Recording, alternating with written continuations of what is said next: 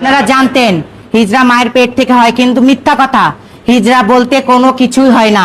সব পুরুষ থেকে পরে লিঙ্গ পরিবর্তন করে হিজড়া দ্বারাই পরে হিজড়া বানানো হয়। আমি আমার মায়ের একটাই সন্তান ছিলাম, ছেলে ছিলাম। আমার নাম ইয়াসিন ওরফে পারভেজ ইসলাম ছিল আমার নাম। আমার লিঙ্গ পরিবর্তন করে হিজড়া বানিয়ে দেওয়া হয়েছে। আমি হচ্ছি হাসান। প্রথম কথা হচ্ছে যে আমি একজন পুরুষ, ঠিক আছে? আমি একজন পুরুষ ছিলাম, আমাকে জোরপূর্বক ভাবে হিজড়া বানানো হয়েছে বা হিজড়াদের চক্রের দ্বারায় আমি আজকে আপনারা দেখতে পাচ্ছেন আপনাদের সামনে।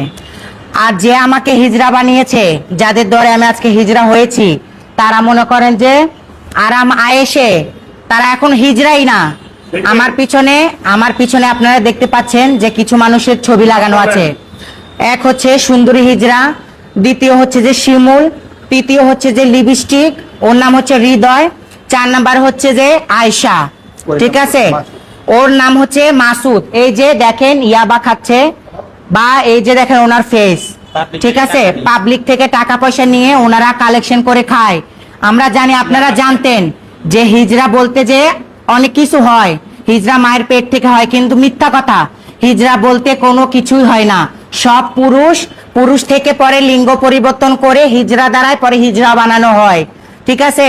আপনাদের কাছে এতটুকুই অনুরোধ, দেশবাসীর কাছে, আপনাদের বিয়ে বাড়িতে কোনো ফাংশন, গাড়ি বা ট্রেনে আপনাদের যেভাবে হেনস্থা, আপনাদের যেভাবে টর্চার করা হয়, বা আপনারা যেভাবে টর্চারের শিকার হচ্ছেন প্রতিনিয়ত, আমরা চাচ্ছি এটা যেন বন্ধ হয়।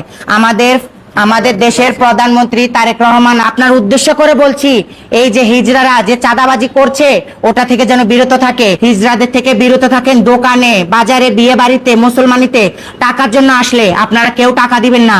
আমি আমার মায়ের একটাই সন্তান ছিলাম, ছেলে ছিলাম। আমার নাম ইয়াসিন ওরফে পারভেজ ইসলাম ছিল আমার নাম। আমার লিঙ্গ পরিবর্তন করে হিজড়া বানিয়ে দেওয়া হয়েছে। তখন আমার বয়স ছিল 13 বছর। আমি তখন বুঝিনি, আমি চক্রের ফাঁদে পড়ে গেছি। আমাকে এরকম করে ইন্ডিয়াতে পাচার করা হয়েছে। অনেক কষ্টের পর আমি আবার আমার বাবা মার কাছে আসতে পারছি। আর প্রিয় দেশবাসী, আপনাদের কাছে বিনীত আবেদন, এখন আমরা ওরা সংখ্যার দিক থেকে 200-250 জন, আমরা মাত্র 3 জন।